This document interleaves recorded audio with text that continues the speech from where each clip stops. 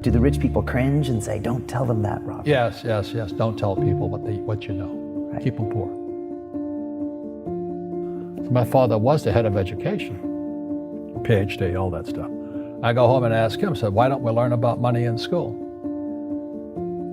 And he looked at me and says, because the government doesn't let us teach that subject. The government tells us what we can teach and what we can't teach. And I thought that was strange. And I said, but aren't we going to school to learn about money? He says, no, your job is to get a job. I said, but you get a job to earn money. He goes, no, you're supposed to just get a job. And I went, no. Isn't the purpose of a job to earn money? He goes, you're correct. I said, so why don't I just learn about money?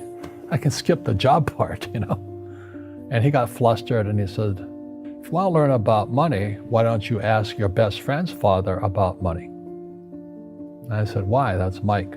So why ask him? He says, because Mike's father is an entrepreneur. And I said, what are you? He says, I'm an employee. I'm a government employee. And I went, oh, what's the difference? He says, the difference is an entrepreneur must know about money, or they're no longer entrepreneurs. And he says an employee doesn't have to know anything about money because the government will take care of them, the company will take care of them. So I'm all confused. But I took my dad's advice and I trundled over to Mike's father's office and knocked on his door and I said, hey, I'm here, 9 years old. Teach me about money. He says, beat it, kid, But that's where the story of Rich Dad, Poor Dad started. And finally, through persistence, my rich dad started teaching me about money on one condition. And that condition was he would never pay me. He says, the moment I pay you, you think like an employee. He says, that's the trap. Entrepreneurs work for free. And now I'm 9 years old, my head's cracking in half. He says, you never want a paycheck. You understand that, kid? I said, okay, I got it. And he says, well, how do I make money? He says, that's what entrepreneurs figure out. It's like, so how do I learn about money? So he would just break out a Monopoly game board. So I would work for free. I'd pick up cigarette butts, and he had hotels and restaurants, and I would clean and do menial tasks. And as I got older, I started getting into office work and marketing and accounting, and I was an apprentice basically, but I always worked for free. And he would teach me about money, but the way he taught me about money was playing Monopoly. And finally one day I got upset. I said, well, when are you going to teach me about money? He says, what do you think we're doing? We're playing Monopoly. He goes, no. What do you think we're doing? We're playing Monopoly. He says, what do you think we're doing? So I don't know. I'm teaching you about money. And then that's when, you have one green house. He says, there's many formulas for great success in money. There's thousands of them, but one of the best ones is found on the game of Monopoly. It still is today. 4 green houses, 1 red hotel. I said, what? He says, one of the greatest ways to acquire great wealth is playing Monopoly in real life. 4 green houses, 1 red hotel. Well, is that all there is? He goes, that's it. And he says, what do you think I'm doing? And I went, I don't know.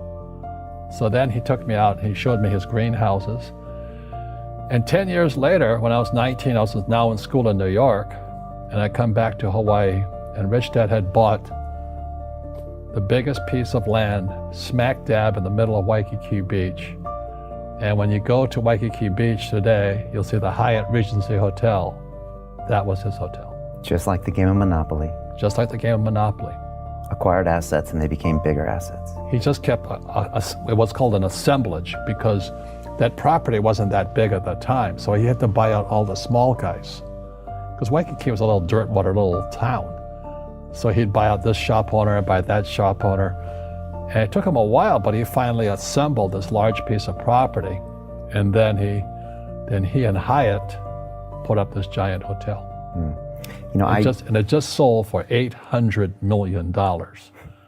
So that's how I learned about money.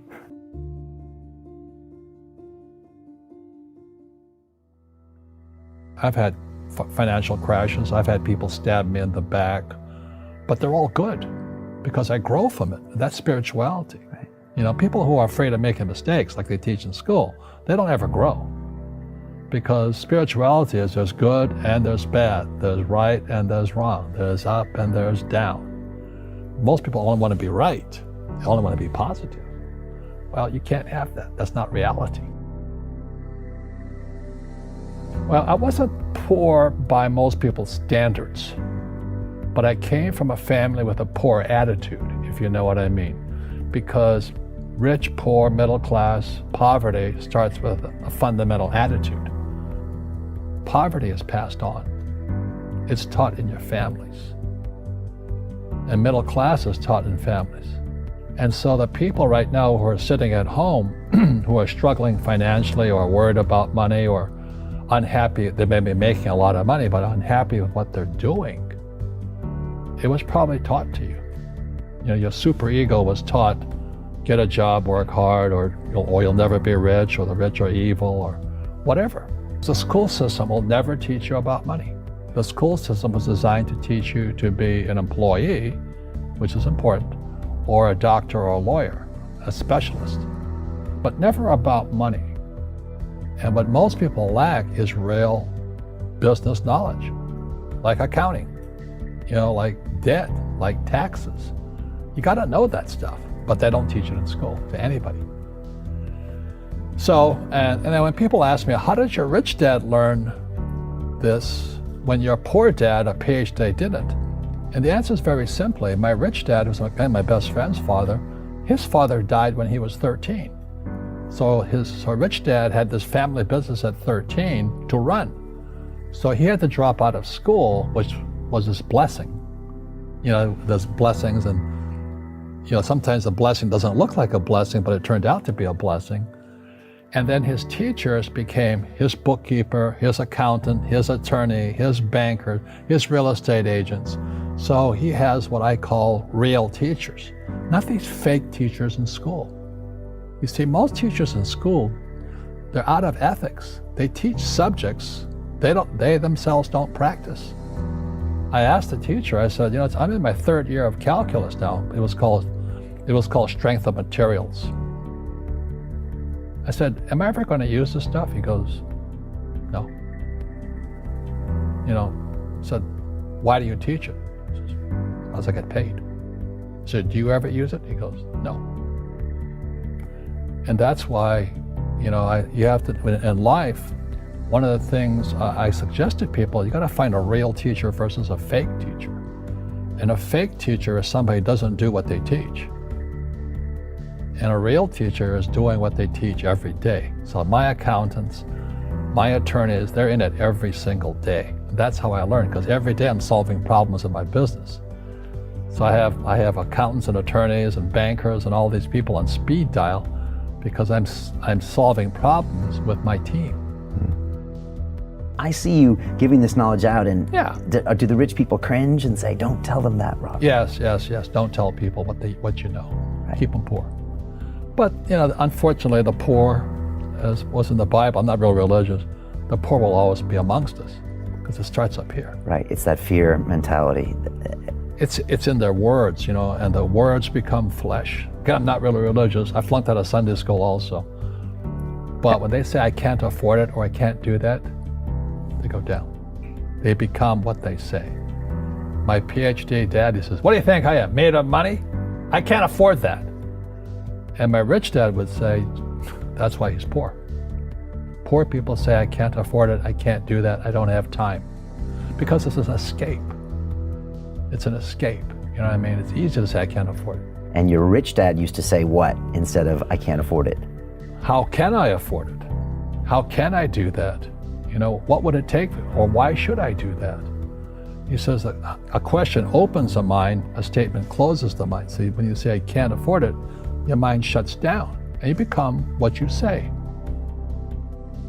Rugby is a team sport, but so is soccer. The rules are different. And other people are golfers. They play by themselves. And so everybody's different. So my game financially is business, number one. Second is real estate. So what I say to young people is, you find your game.